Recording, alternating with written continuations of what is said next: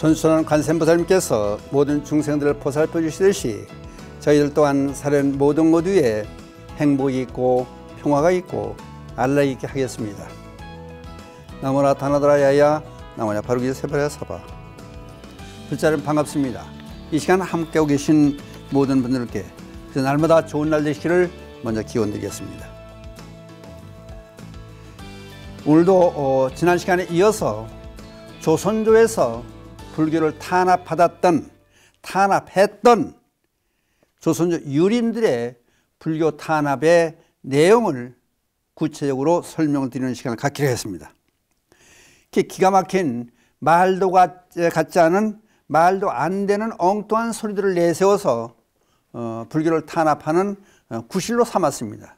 여기에 의원이 나서서 마땅히 대응했던 그 현정론이라고 하는 그런 책을 조수하고 여기에 반박했던 하모기화 선사에 대한 말씀과 함께 그들이 엉뚱하게 내세웠던 불교 탄압의 원인, 조건 그것들을 같이 설명을 드리고자 합니다.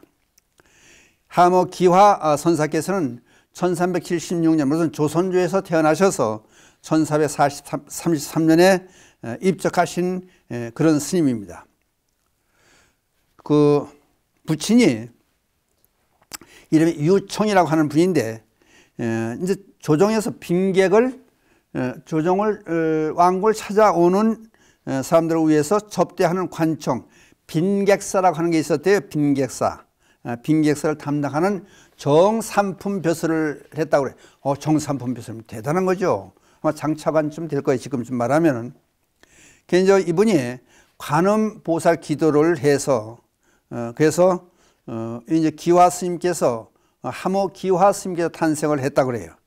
태어나셨다고 그래요.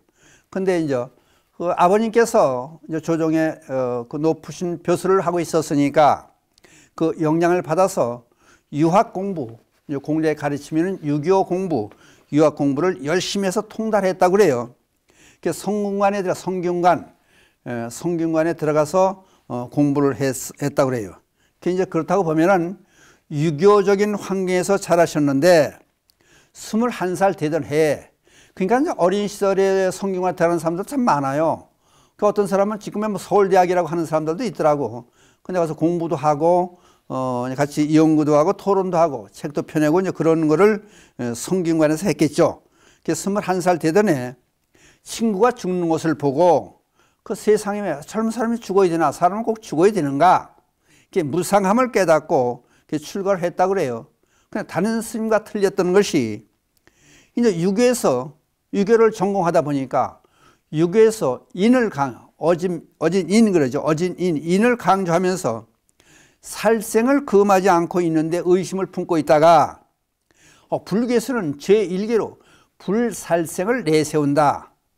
살생을 하지 말고 모든 중생을 살려줘라.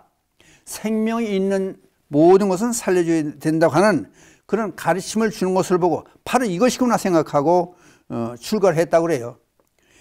그래서 결국은 저 화암사는 저 경기도 쪽에 있는 거예요. 화암사에 가서 무학 스님의 제자가 됐다고 그래요. 누가? 하모기화 선사께서. 그래서 이제 이 조선 왕조에서 이제 유교의 그 못마땅함, 부당함, 아주 세밀히 연구를 했으니까, 유교에 대한 공부를 많이 했으니까 잘잘못을 알죠. 그러고 나서 조선 왕조에서 불교 억제책으로 출가를 억제하고 부녀자들로 하여금 절에 가는 걸 못 가요. 출입을 더 금지시켜요. 나쁜 사람들이었어요. 참. 사원에 소속된 토지를 전부 빼앗고 또 대대적으로 사원을 헐어 없애고 선종과 교종, 양종으로 36개 사찰 이외에는 전 폐살시키고 엉뚱한 짓을 많이 하는 거예요. 그래서 태종과 세종대의 그 억불 정책이 추진된 사항을 직접 겪으면서 봐왔던 거예요. 그래 가만히 보니까 이건 부당한 거 아니냐. 유교를 모르는 사람이었으면 모르는데 유교에 대해서 전문식을 갖고 있던 사람이 불교와 유교의 그 장단점을 전부 일목요연하게 이렇게 이제 판별하다 보니까 그 유학자들의 배분 논리를 보고 이건 잘못된 거 아니냐. 그래서 불교의 바른 뜻을 드러내는 의도에서 현정론이라고 하는 현정론 책을 써냅니다. 그래서 그 이제 이 논리가 옛날에 정도전이 그 불교를 비판하는 선두 주자가 돼서, 그러니까 조선조를 건국한 데 1등 공신이었던 정도전이 불시 잡변이라고 하는, 불시는 부처님의 잡된 것이다 그래가지고 그 잡변을 써내서 불교를 비판하는 데 이제 연유를 둬서 유림들이 유교를 신봉하는 유학자들이 전부 불교를 비판하고, 근데 이제 이게 불교의 모순된 논리를 유학자들이 주장하는 그 내용을, 비판 내용을 오늘 우리도 한번 보고 생각해 볼 기회가 됐으면 좋겠습니다. 그래서 이거를 지금 소개해 볼까 그럽니다. 이제 어떤 얘기들이 나오냐면, 불교의 출가는 효도에 어긋난다. 이제 그런 얘기가 첫 번째로 나와요. 그러니까 이제 부처님께서 시달다 태자로서 정반왕 왕과 마야부인 어머니를 등지고 출가한 그 자체는 불효가 아니냐. 이제 그게 문제가 돼요. 그리고 또 한 가지 이제 중국에서는 어떤 일이 있었냐면은, 불상을 이제 들여다보니까 편단우견, 그 오른쪽 어깨를 이렇게 드러내지 않습니까? 가사가 왼쪽에다 이렇게 하고. 그러니까 이걸 보고 또 무슨 얘기가 중국에 떠들어왔냐면요. 사람이 죽으면 상주노릇을 하지 않습니까? 그러면 상주노릇을 할 때 입고 나기 전에 그 두루마기를 벗진 않고 단추를 풀르고 오른쪽 어깨를 펴고 왼쪽 어깨만 걸쳐 이렇게 두루마기를. 그래서 어렸을 때 그런 걸 많이 봤어요. 그러니까 상주가 되면은 오른쪽 어깨를 내놓고 이 가사에 걸치듯이 두루마기를 그렇게 입어요. 그러니까 중국 사람들 볼 땐, 아니 상주놈이, 아니 아까 상주놈 갖다 상주, 이제 부처님 불상을 보는 거야. 상주를 갖다 앉혀놓고, 아니 저게 뭐 부모가 돌아가신 죄인인데, 부모 돌아가신 죄인이라서 죽장을 짓고 머리 숙이고 하늘을 우러러 보질 못한 데서 고개 숙이고 있지 않습니까? 그 부모를 잃은 죄인을 갖다 앉혀놓고 그걸 믿음의 대상, 숭배의 대상으로 하면 안 되지 않냐? 그게 나중에 중국에서 불상에서요, 보살상에서 오른쪽 어깨를 드러내놓는 게 아니고 옷을 입혀놔요. 그게 별 희한한 일들이 다 벌어지는 거예요, 이제. 그 마찬가지로 이제 이조 시대에서 이제 있었던 유림들도 마찬가지로 불교의 출가는 효도에 어긋난다. 그러면 진정한 효도는 어떤 것이냐? 그것도 한 번쯤 생각을 해봐야 돼요, 우리가. 진정한 가르침을 얻어서 불교에도 그 효도를 중심으로 한 그런 경전도 등장을 하지 않습니까? 부모 은정경이 대표적인 예죠. 그렇다 보면은 또 애아들은 출가를 하지 않게 돼 있어요. 그러고 자식이 둘일 때 하나만 출가하고, 그러니까 부모를 보살피는 것을 우선적으로 하는 것을 불교에서는 이제 그렇게 믿음의 길로 가고 있습니다. 그러니까 이것도 불교의 출가는 효도에 어긋난다는 얘기도 틀렸지 않느냐. 그러니까 부모님의 유지를 받들고 본인을 그 이름을 명예를 드날리는 일은 자식이 훌륭하게 잘 되는 일이지 않느냐. 그냥 단순한 출가라는 그 하나 가지고 버리고 떠났다는 그 생각 가지고 첫 번째 조건은 불교의 출가는 효도에 어긋난다. 유림들 주장했던 첫 번째 조건이에요. 그 다음 두 번째, 불교도는 임금이나 나라에 충성하지 않는다. 그럼 우리가 지금 쭉 해오는 얘기가 이 유림들의 극성스러운 못된 짓거리 때문에 불교가 폄하되고 조선제에 들어와서 불교를 못 믿게 하고 이상한 증에 처하지 않습니까? 그런데 유림들 저들 자신들은 어떻게 했느냐? 임진하라든지 병자호란이라든지 애역이 쳐들어왔을 때 유림들은 어떻게 해요? 당파 싸움이나 환졌고 도망가기 일쑤고 임금을 임진한테도 임금을 이렇게 호위하고 좀 도망가 숨고 의지로 도망가는데 앞장서지 않습니까? 그러나 스님들은 어떻게 했습니까? 전부 전투에 참가하고 목탁 대신 창을 들고 죽창을 들고 사명대사 서산대사를 비롯해 최영대사 모든 승문들이 전부 나서서 맨 처음에 했던 행주 대첩에서 보면은 그거를 처용 스님이 권율 장군과 함께 참여해서 그 승리를 이끌므로 해서 한양성을 수복하고 스님들이 소산대사 또 사명당 대사께서 평양성을 공격해서 되찾지 않습니까? 그러니까 이렇게 스님들이 오히려 불자들이 스님들이 일어나서 나라를 지키고 백성들을 보호하는 그런 일까지 해놨는데 유림들은 저들은 도망이 나가고 숨기 나고 그런 치사스러운 일을 하면서 불교들은 임금이나 나라에 충성하지 않는다. 이런 개떡 같은 얘기를 해놓고 있습니다. 그다음 세 번째, 육식과 살생을 금하는 것은 불효이며 예가 아니다. 이게 또 희한한 얘기예요.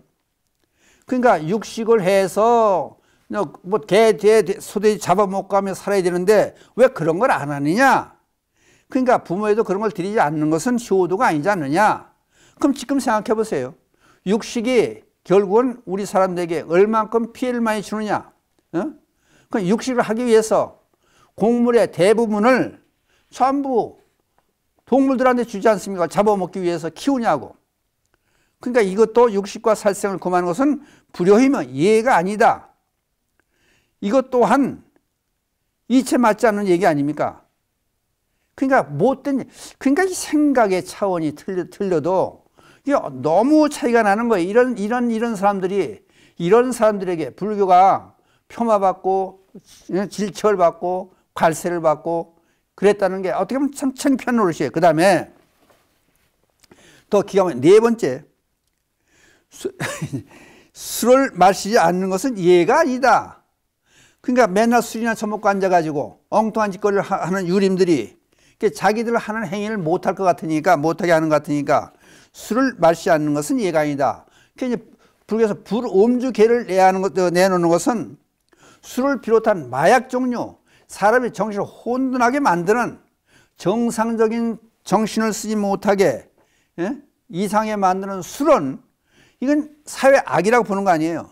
그럼 이것도 적당히 마시면 약주가 되죠.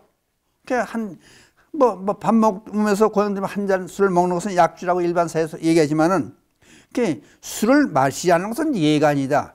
이게 또 개떡 같은 소리를 하고 앉았어요. 네 번째.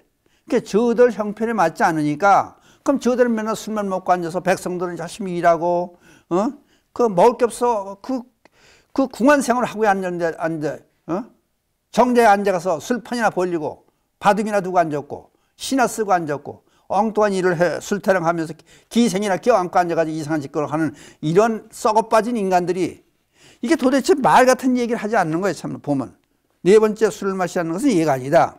그 다음에 다섯 번째, 보시와 응보설은 사람을 공경하게 한다. 아니 베푸고 살라는 얘기가 이게 오늘날 사회에서도 얼마나 중요합니까? 보시와 응보설은, 인과응보설은 사람들을 공경하게 만든다. 나쁜 일 하면 벌을 받아야죠. 착한 일 하면은 거기에 대한 상을 받아야죠. 이 자체도 근본 윤리 도덕까지 무시해버리는, 그러니까 저들은 양반이 계속 양반해 먹는 거예요. 이제 그러다 보니까 백성동을 아랑곳하지 않고 세금이나 뜯어먹고 앉았고 남이는 그 권력으로 그 일반 평민들의 농토나 뺏고 앉았고 이 엉뚱한 짓거리 하고 앉아서 이게 참 부패되고 쓸데없는 못된 사람들이 하는 행위가 이런 데서 나타나니까 이거 참 한심한 노릇이에요. 그 다음에 여섯 번째, 천당 지옥의 윤회설을, 천당 지옥이 있다고 하는 윤회설은 허망한 것이다. 그 천당 지옥을 설정해 놓고 잘하면 좋은 데 가고 사람은 다시 윤회하고 잘못하면 지옥에 간다는 이런 인과응보의 사상, 그냥 교훈적으로도 쓸만한 거 이게. 근데 이 사람들은 저들이 이제 허망한 짓을 하니까 자기들이 지옥 마땅히 자기들이 지옥 간다는 입장이 되다 보니까 이걸 자꾸 들여다보면 우리들은 지옥 가야 된다는 생각이 드니까 이건 잘못된 것이라고 억지를 부리는 거예요. 이제. 그 다음에 일곱 번째, 화장하는 것은 예가 아니다. 이것도 문제가 또 있는 거예요. 여러분들 생각해 보세요. 화장하는 것은 예가 아니다. 그러면 이제 장례 사람이 죽었을 때 수장, 물에 갖다 버리는 수장도 있고 산에 갖다 버리는 것도 있고 또 땅속에 묻는 것도 있고 화장하는 방법도 여러 가지 방법이 있지 않습니까? 부처님께서는 이것저것 다 보고 해 보셨지 않습니까? 그래서 물에다 갖다 시신을 갖다 버리는 거예요. 물고기 뜯어먹으라고. 보시는 좋은데 물을 오염시킨다 거지. 그 물을 우리가 먹고 농사져야 되고. 그런데 이건 아니지 않느냐. 그 다음에 산에 갖다 이제 시신을 버리는 거예요. 그러다 보니까 각종 동물이 사람 뼈다구 물고 다니고 질병을 옮겨놓고 이건 아니지 않느냐. 그 다음 매장하는 거예요. 땅에다 묻다 보니까 거기에 또 매달려가지고 사람들이 할 일 못하고 산수에만 쫓아다니고 그거 관리하냐고 시간 낭비 아니고 재정적으로 어려움을 겪고 나중에 잘못하다 우리나라도 그렇지 않습니까? 잘못하다가는 온 국토가 묘지로 꽉 찰 거 아니냐. 그런 얘기가 나오지 않습니까? 그러니까 화장이 얼마나 그게 합리적인 얘기입니까? 근데 이 사람들은 화장하는 것은 이해가 아니다. 유림들 주장이 그랬어요. 또 그 다음 8번째. 삼세 인과설은 잘못된 것이다. 과거, 현재, 미래가 있다. 전생에 있음을 해서 이 생으로 태어났고 그 다음에 이 생을 잘 삶을 해서 참된 잘된 미래를 보장받는다는 이것까지도 아니라고 우기는 거예요. 그러니까 요즘 보세요. 어린 갓난애가 태어나면서 심장병이 있고 DNA 검사하지 않습니까? 부모에게는 양쪽 부모에게는 없는 병까지 애들이 가지고 나오지 않습니까? 그러니까 윤회설을 믿어야 되는 것이고 이게 삼세 인과설로 나쁜 일 하면은 병이 많고 거짓말하면 구설수에 오르고 이러한 모든 것들을 전부 부인해 버리는 거예요. 그냥 자기들이 잘못하는 이 일들이 오금이 절이니까 벌 받을까 봐 걱정이 되니까 엉뚱한 일들을 하는 거예요. 그 다음 9번째. 부처는 오랑캐 사람이니 성인의 도가 아니다. 부처님은 석가모니 부처님 왕족이에요. 그러고 카필라국이 선정을 베풀고 얼마나 바른 정치를 다스렸습니까? 근데 저들이 이상하게 정권을 쿠데타로 정권을 조선조가 정권을 잡은 거 아닙니까?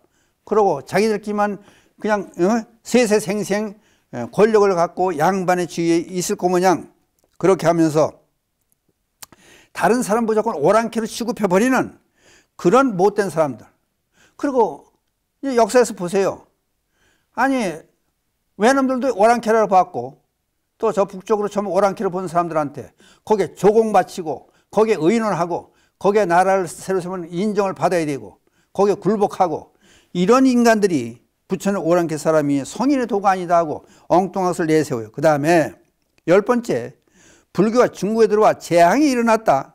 이것도 이 얘기 또 근데 지금까지 10번째가 지금 됐는데 사사건건 전부 애들도 주장하지 않을 엉뚱한 일들을 주장하는 거예요.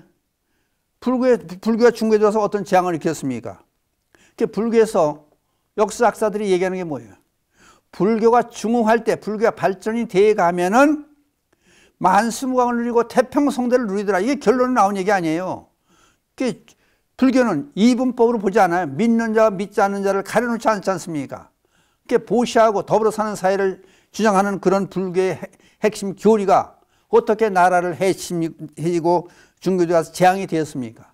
저들이 자꾸 그냥 불교를 이용하려고 그러고 권력을 지속하는데 불교를 도구로 쓰려고 그러고 이제 엉뚱한 짓 하다 보니까 이런 일이 일어나서 재난이 있어 불교 사찰을 폐쇄하고 스님들을 핍박하고 중국에 이런 일들이 있었습니다.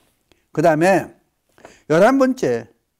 불교도들은 무의도식하며 그로 인해서 백성들이 빈궁해진다. 그래서 스님들이 맨날 놀고 먹는 줄 알아요. 열심히 일하고 중생들을 위해서 얼마나 고생을 많이 합니까? 새벽부터 일어나가지고 모든 사람들을 위해서 그만큼 어려운 일들 하고 기도하고 수행하고 바른 지도를 하려고 그러고 어려운 일이 있을 땐 전부 상담도 해주고 집정 나가서 이제 지금 제가 조선조에서 이 스님들이 했던 일들을 보면 전쟁이 없을 때는 처음에 씨도 뿌려주고 성곽도 하고 백성들을 도와주고 그런 일들을 하지 않습니까?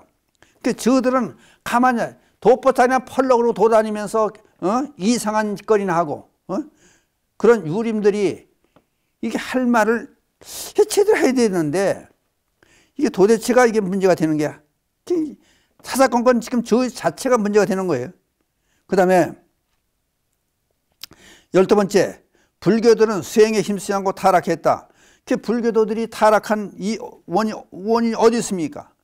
나라에 국난이 닥쳐올 때 심지어 8만 대장경을 조성하고 불사를 이루고 부처님을 조성하고 그러면 신라시대도 마찬가지 아닙니까? 외국에서 침입해오는 것을 막게 하기 위해서 황룡사 구층탑을 만들고 성을 쌓고 스님들이 한 일 아닙니까? 이런 일들이 나라를 지키기 위해서. 의상 스님은 중국에서 우리나라 쳐들어온다는 얘기 아니고 공부하다 말고 우리나라 뛰어 내려오지 않습니까? 그러니까 불교들은 수행이 있지 않고 타락했다. 자기들이 타락했던 건 누구 말하든 뭐 묻은 개가 재 묻은 게 나무란다고 엉뚱한 일들을 벌려놓고 있어요. 그 다음에 13번째, 불교는 혼하고 정면에서 숙이 치인하는 방법이 될 수 없다. 그러니까 말짱 허황하다는 얘기예요. 실질적으로 사람을 돕고 사는, 옥에서 보면 알지 않습니까? 생명들을 귀환히 도와줘라, 살생하지 말아라, 거짓말하지 말아라. 이게 불교 믿으라는 얘기가 여기 하나도 없어요. 옥에 보면은. 그러니까 사사건건 보면 될 수 없는 얘기를 자꾸 해요. 시간이 가니까 더 자세히 설명을 못 드리고. 그래서 이 기와 스님께서는 유학자들의 배분 논리가 부당함을 구체적으로 지적하고 이에 대한 불교의 의의를 명확히 함으로 해서 유학자들의 불교에 대한 편견과 지나친 비판 논리를 타파하고 불교계에 대한 오해를 바로잡고 했다. 거기다가 또 훌륭하신 것이 하모 기와 선사께서 훌륭하신 것이 불교의 입장만을 두둔하거나 불교의 약점을 감추려 하지 않고 가장 문제가 논점에 대해서 유괴 주장과 견줘서 당당히 불교의 관점을 제시했다. 이게 하모 기와 선사께서 내놓은 현정론에 대한 간단한 얘기고, 제가 여러분도 들으셔서 알겠지만은, 아니 이 유림들이 주장하는 것이 이게 터무니없는 논란이에요. 그러니까 이게 이제 지금 제가 한 말씀의 참고 문헌은 김기영 박사가 역주한 현정론 조선시대의 호불론이란 얘기를 해서 따왔고, 그 다음 김달진의 현정론, 이용조의 기와 거의 현정론에 대한 얘기를 지금 발췌해서 여러분께 들려드렸습니다. 여기서 이제 무슨 말씀을 또 해놨냐 하면은, 하모 기어 선사께서 유가의 수신제가 치고 평천하라는 말은 불교에 의해서만이 불교를 수행해서야만이 된다고 강조하셨고, 그 다음에 유가에서 불교의 윤회사상을 비판하는 데 대해서 천당과 지옥이 설사 없다 하더라도 사람이 그 말을 듣고 천당을 흠모해서 선을 행하고 지옥을 싫어해서 악을 멈추면은 천당 지옥설은 민중을 교화하는 데 큰 이익이 있다고 대답했다. 그는 결론적으로 유불선, 삼교는 근본은 같은 것이니 서로 배척 대립하기보다는 상호 존중 종합함으로써 화합해야 된다는 그런 입장을 취했다. 이 결론적인 말씀을 끝으로 오늘의 말씀을 여기서 마치도록 하겠습니다. 감사합니다.